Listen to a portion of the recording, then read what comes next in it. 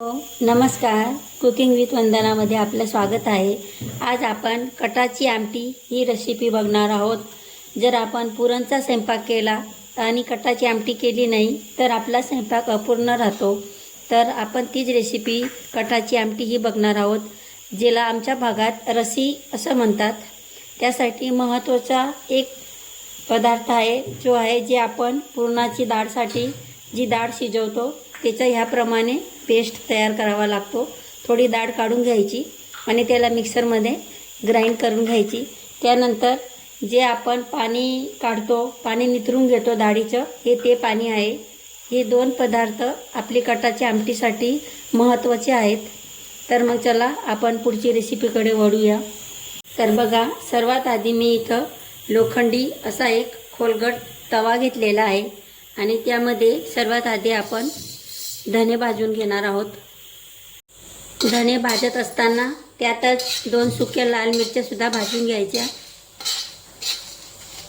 बघा, आपले धने भाजून झालेले आहेत. आता त्यांना एका ताटमध्ये काढून घ्यायचे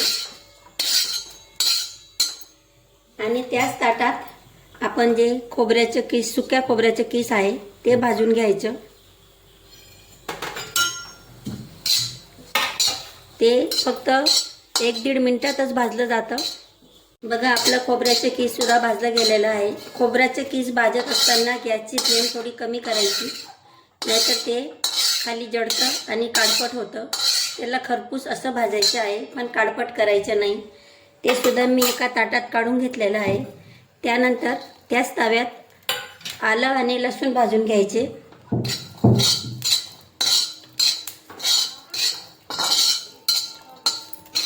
आलं लसूण सुद्धा भाजून झालेलं आहे.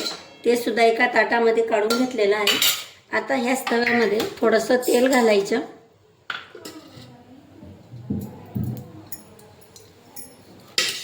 आणि त्यात आपली कांद्याची करप छान गोल्डन ब्राऊन होईपर्यंत तिला भाजून घ्यायची आहे.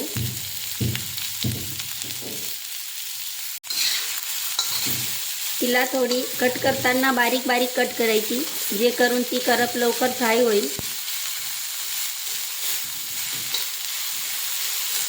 बघा, आपला कांदा छान असा भाजला गेलेला आहे. आता त्यासोबतच कोथिंबीरच्या काड्यासुद्धा भाजून घ्यायच्या आणि त्यातच आपल्या 2 हिरव्या मिरच्या याप्रमाणे कट केलेल्या आहेत त्यासुद्धा भाजून घ्यायच्या. तर बघा, आपले सर्व पदार्थ भाजून झालेले आहेत.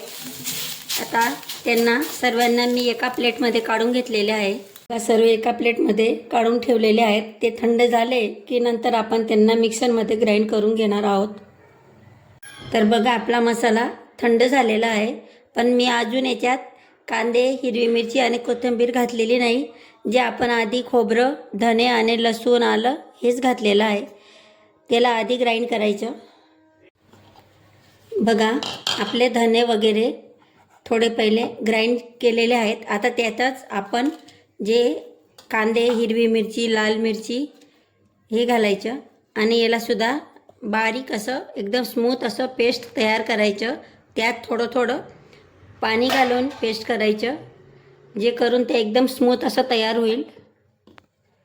तर बघा, आपला मसाला एकदम स्मूथ असं तयार झालेला आहे. त्यात थोडं थोडं पाणी घालायचं, जे करून तो एकदम छान असा स्मूथ तयार होतो. तर बघा, आमटी बनवण्यासाठी मी गॅसवरती एक कढई घेतलेली आहे आणि त्यात 3 पड्या असं तेल घातलेलं आहे. आमटीला थोडं तेल जास्तीचंच लागतं, जे करून वरती छान अशी तिला तरी येते.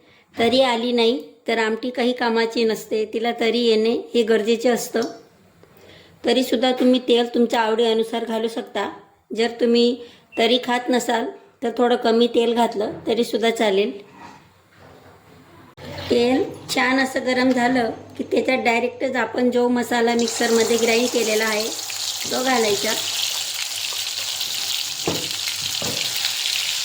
आणि त्याला तेलामध्ये छान असा परतवायचा. हा मसाला भाजत असतानाच त्यात आपले सुके मसालेसुद्धा घालायचे, ज्यात मी हळद पावडर घातलेली आहे, लाल मिर्च पावडर, गरम मसाला, 1 चम्मच असा काळा मसाला. आमटीला काळा मसाला घातला तर आमटीचा रंग छान येतो आणि चवसुद्धा वाढते. जर तुमच्याजवळ काळा मसाला अवेलेबल असला तर नक्की घाला, नाहीतर फक्त गरम मसाला घातला तरीसुद्धा चालते.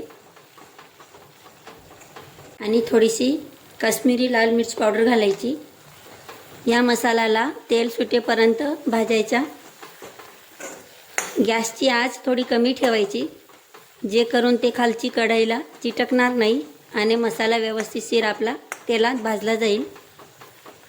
बघा त्याच्या कडाला तेल सुटत आहे. त्यावेळेस आपण थोडंसं पाणी घालायचं. मी ज्या मिक्सरच्या भांड्यामध्ये पेस्ट तयार केलं होतं त्यातच पाणी ठेवलेलं होतं आणि तेच पाणी घालत आहे, जे करून आपल्या भांड्याच्या कडाला जो मसाला चिटकलेला असतो तो सुद्धा आपला आमटीमध्ये पाणीद्वारा टाकला जातो. या मसाल्याला थोडा पेशन्स घेऊन आपण परतवायचा. एकदमच जास्ती पाणी घालून नाही द्यायचं, नाहीतर आपली आमटीची चव बेचव होते.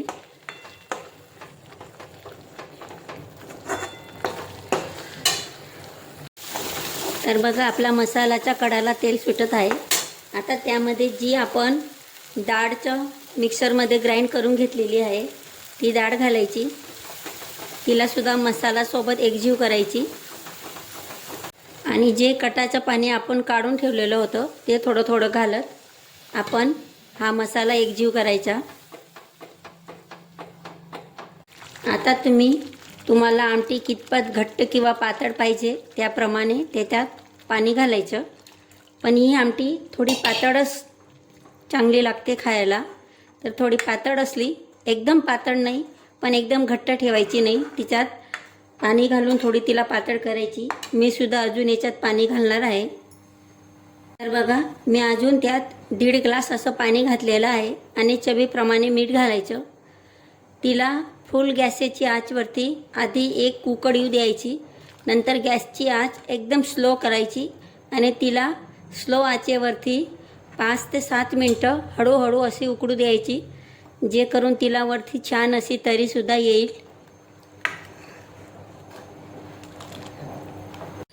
तर बघा आपली आमटी बनवून तयार झालेली आहे. तुम्ही बघू शकता तिला छान अशी तरीसुद्धा आलेली आहे. तर याप्रमाणे आपण आमटी करून बघा. आता त्यात भरपूर अशी कोथिंबीर घालायची. कोथिंबीरची चव ह्या आमटीत एकदम छान लागते. तर मग कसा वाटला तुम्हाला हा व्हिडिओ मला कमेंटमध्ये नक्की कळवा. आणि ह्याप्रमाणे तुम्हीसुद्धा कटाची आमटी करून बघा. हिला आमच्या भागात रशी अशी म्हणतात. तुमच्या भागात हिला काय म्हणता ते मला कमेंटमध्ये नक्की कळवा. आणि जर तुम्हाला हा व्हिडिओ आवडला असेल तर माझ्या व्हिडिओला शेअर, लाईक करायला विसरू नका. आणि माझ्या चॅनलला सबस्क्राईब करायला पण विसरू नका.